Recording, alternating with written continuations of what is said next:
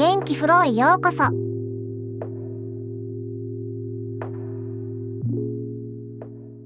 Welcome to 元気フロー。This is episode 39, and this one is different. Most episodes we dive straight in. Not today. I want you to give me your full attention for the next few minutes, because what we're about to learn is not a rule you memorize and move on from. It's a form that opens doors. Every door. If there is one thing in N5 that changes how you think about Japanese, it's this. You've been waiting for this whether you knew it or not. Episode 37, I dropped a hint something big was coming. Episode 38, I made you wait one more episode. Today we open the door. Here's the concept. Japanese has something called the T form. In hiragana, that's the character. Now the T form is not a tense. It doesn't mean past or present or future. It's not polite versus casual either. It's a connector. Think about what English does with the phrase and then. You eat dinner and then you watch TV. You go to the store and then you come home, those two words, and then stitch one action to the next. Japanese has the same idea. Except instead of a separate phrase, the connector lives at the end of the verb itself. You dress up the first verb in a T form, and that dressed up verb hands off to whatever comes next. I'm going to give you 4 verbs in their T form today. Not to explain how to make the T form, that's a future episode. Today you're just going to meet these 4 forms and let your ear catch their shape. Ready? Here's our first one. The verb to eat in Japanese is 食べる. Its T form is 食べて. Can you give us that? 食べて。食べて. That's the T form of to eat. You still hear the 食べ at the front, the eating part is still there. But instead of the verb ending you know from います form it ends. That is the T form marker. It means, I did this action and then, the sentence isn't finished yet, something follows. Second one, the verb to drink is 飲む. Its T form is 飲んで. You 飲んで。飲んで. Notice something, the ending isn't just で. This time it's んで. You might catch that the slipped in between the verb stem and the で. That came from the original 飲む, changing shape. Don't worry about why yet. That pattern of change is exactly the kind of thing we'll unpack in a future episode.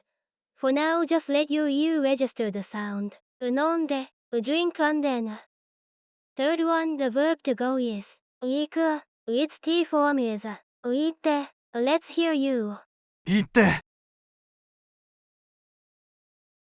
行って. This one has a small pause inside it, a double consonant that came from the in 行く, shifting when the T form is applied.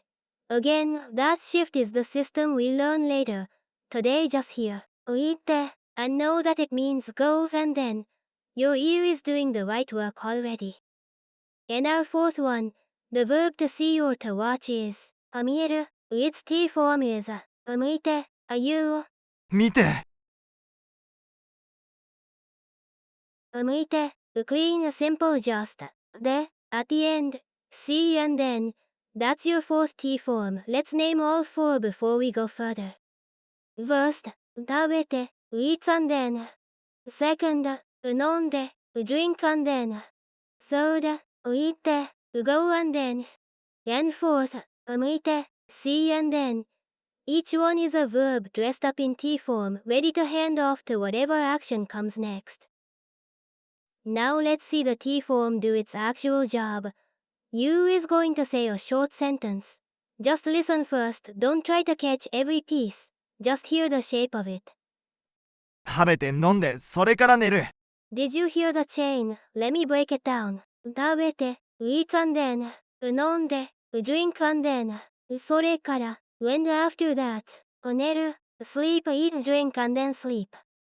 Notice what's happening structurally. The first 2 verbs, 食べて and 飲んで are both in T form. They're not finished sentences on their own.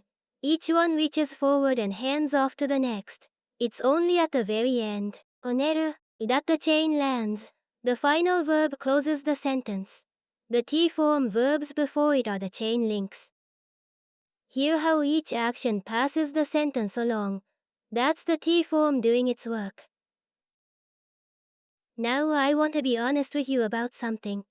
You may have caught, listening to those four forms, that they don't all end the same way. 食べて ends cleanly. で but 飲んで has that before the で that came from 飲む changing shape. And いて has that little double consonant pause that came from 行く shifting. The endings actually change depending on the verb.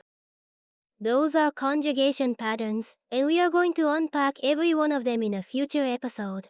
I promise you that explanation is coming. But today I need you to resist the urge to ask, wait, how does that work? And instead just let your ear catch the shape, not the system. The shape is T-form. The details will come. Trust the process. Your turn to produce. One prompt. I want you to connect two actions, eat and then sleep. You have 食べて for eat and then, and you have 寝る to sleep for the final verb. Put them together. How would you say eat and sleep? Give it a go.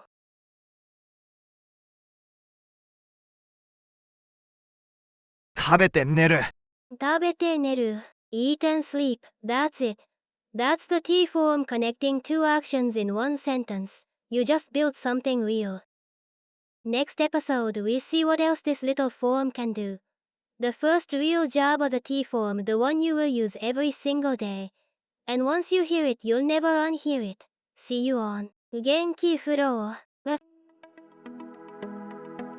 頑張ってね。